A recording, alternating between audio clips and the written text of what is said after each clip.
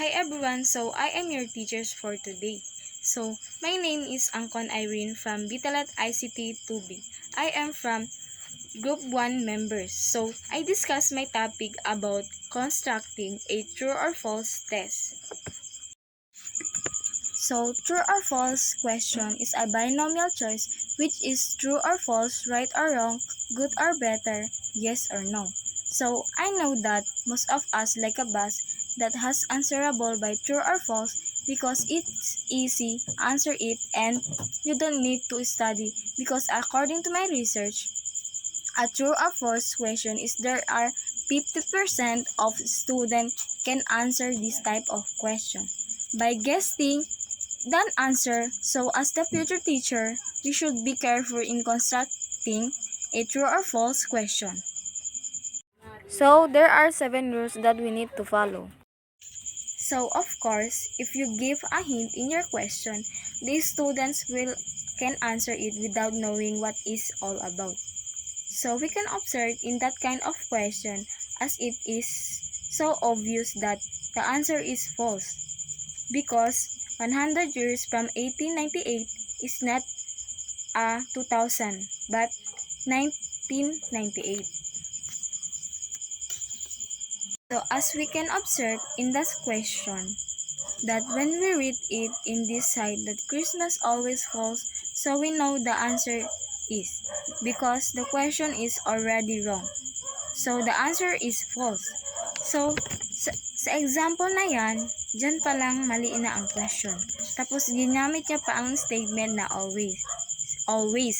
So, palagi siyang mali. So, mga estudyante magkakaroon na sila ng idea or mahuhulaan na nila ang tamang answer kahit na wala silang alam tungkol sa test. So, sa rule number 3, we can notice in this sentence or in the question that this statement true, however, are also not ensure which part of this sentence or the question it seems. So, we can observe we are so grateful in that kind of question because all entire part of the question are true but there are also another cases. So, we can observe that the first part of kind of question is true but the second part is debatable. And so in this type of question, number 2 is true.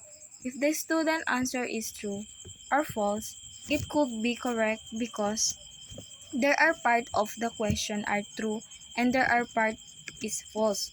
So we need to avoid making long sentence question. So sa rule number 4, so we need to avoid the tricks because it is just useless question. So ang estudyante ay hindi alam ang paksa ay maaaring makakita sila o madiskarte ito ay gayon ay maaaring makakuha nila ang tamang sagot. And the rule number 5, so it is important that we don't need to copy the words or the word for word from the textbooks in making a true or false question. So that is one of the rules in making about question. So, iwasan ang mga partikular na tagatukoy o mga kwalifikasyon na giveaway dahil mabilis ang mga estudyante malaman na ang salita ng mga pahayag ay mas malamang na mali kaysa totoo. At ang totoong sagot, example, if ang kapag statement with never, no, all, or always, that statement are more likely to be true than false.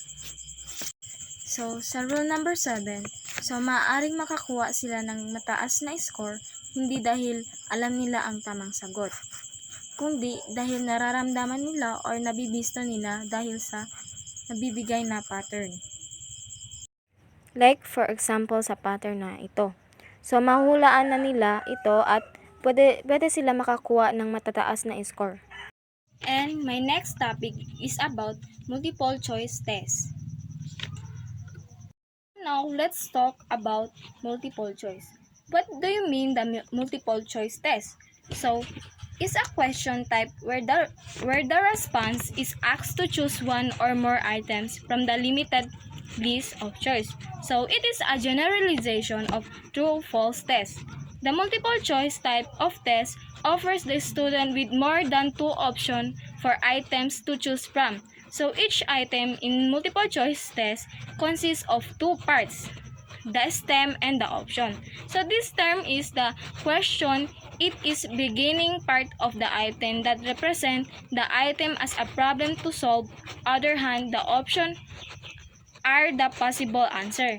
You can choose from, so the option are the choice and the stem is the problem or the question. So in the set of option, there is a correct or best option, while all the others consider the structures. So here the guidelines in constructing multiple choice.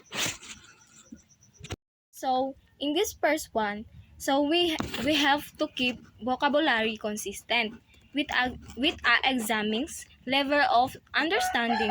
So wag nating gamitin mga words na hindi familiar. So ang mag-aaral naganap hindi familiar sa mga words na tulad ng slave and peripherals ay maaaring hindi makasagot ng tama kahit na alam niya ang subject matter of reliability.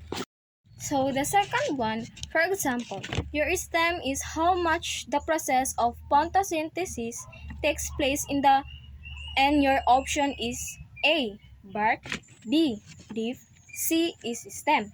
So the qualifiers there which is the word much is big and could have been replaced by more specific qualifiers like you can use 90% or the photosynthesis process, or you can use some familiar or similar phrases that would be more precise.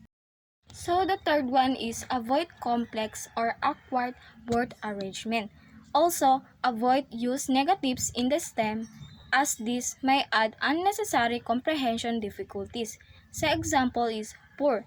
As a President of the Republic of the Philippines, Corazon Coangco Aquino would stand next which President of the Philippines Republic says subsequent to the 1986 EDSA Revolution. So sa better, who was the President of the Philippines after Corazon C. Aquino?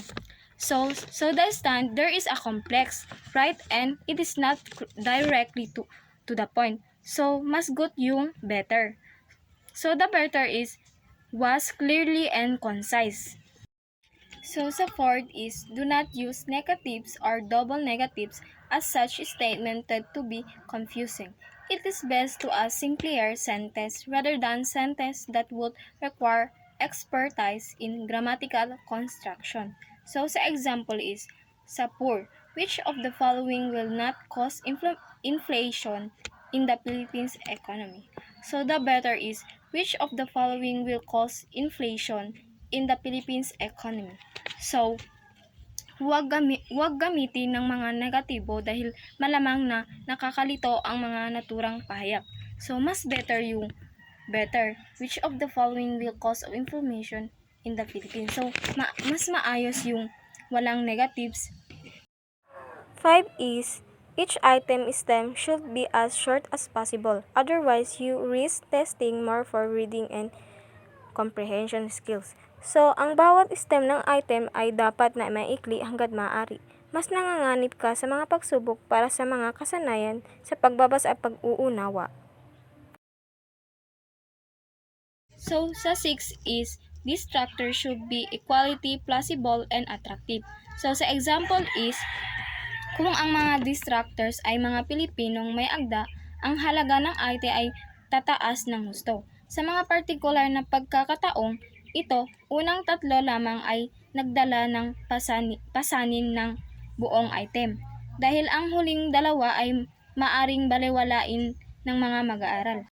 7 is all multiple choice options should be grammatically consistent with the system.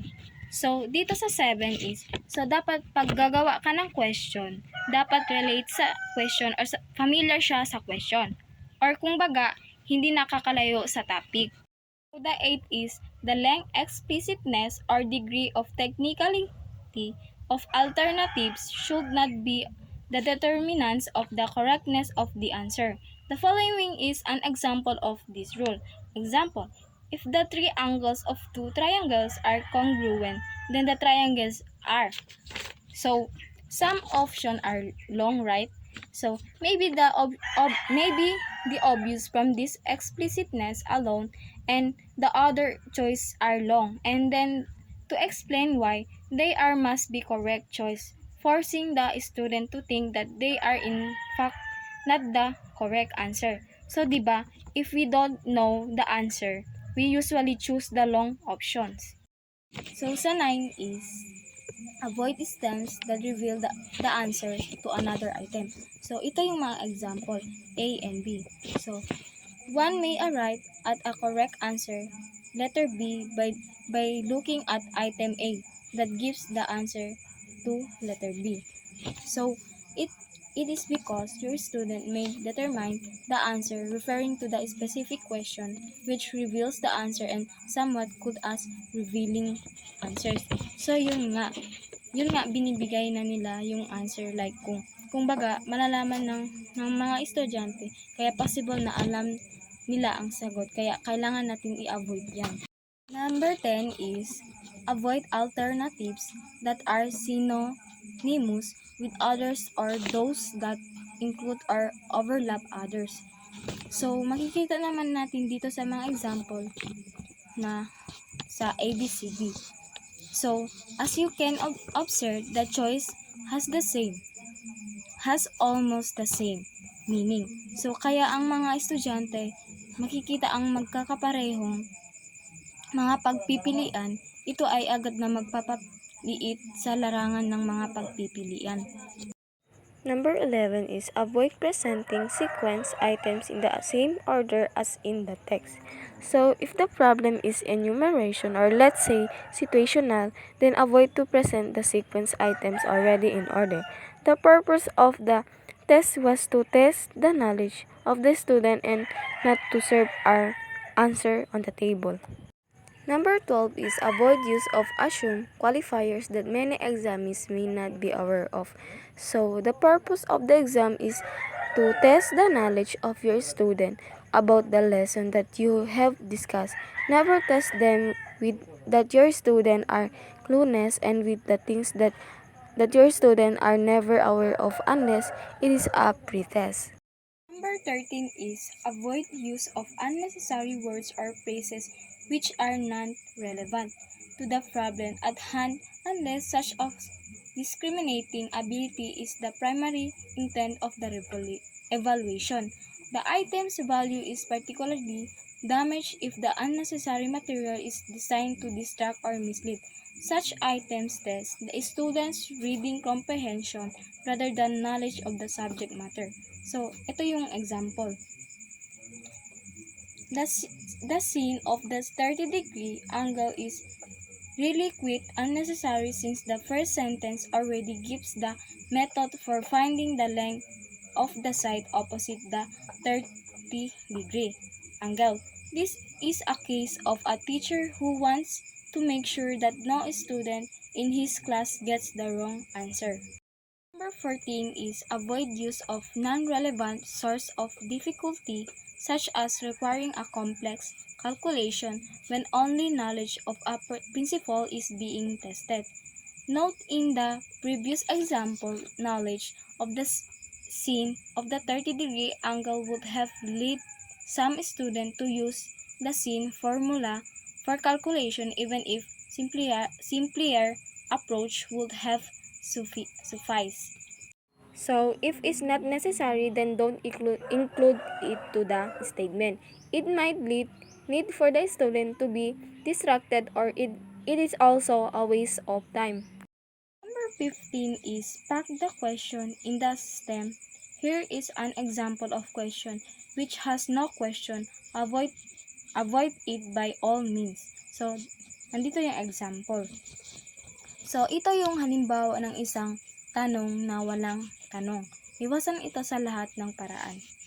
Number 16 is use the none of the above option only when the K answer is totally correct. When choice of the best response is intended, none of the above is not appropriate. Since the implication has already been made, the correct response may be partially inaccurate. So, in the given choice, lahat ng sagot ay tama. Then gamitin lang ang none of the above kapag yung answer is correct pero hindi siya appropriate. Kasi baka yung sagot is mali. So, to this 17 example, binasa mo yung given question tapos yung given question answer na tatlo which is A, B, C ay tama pareho. Automatic student should choose the correct answer which is the letter D, all of the above. Number 18 is better still use none of the above and all of the above. Sparingly but best not use them at all. So, pwede naman siya or applicable naman gamitin ang none the above or all the above. Pero not most of the time na palaging gamitin sa chosen answer. So, dito sa number 19, medyo mahirap siya kasi yung mga response na choices mostly correct siya or may similarities or related sa question. In short, the homogeneous na choices.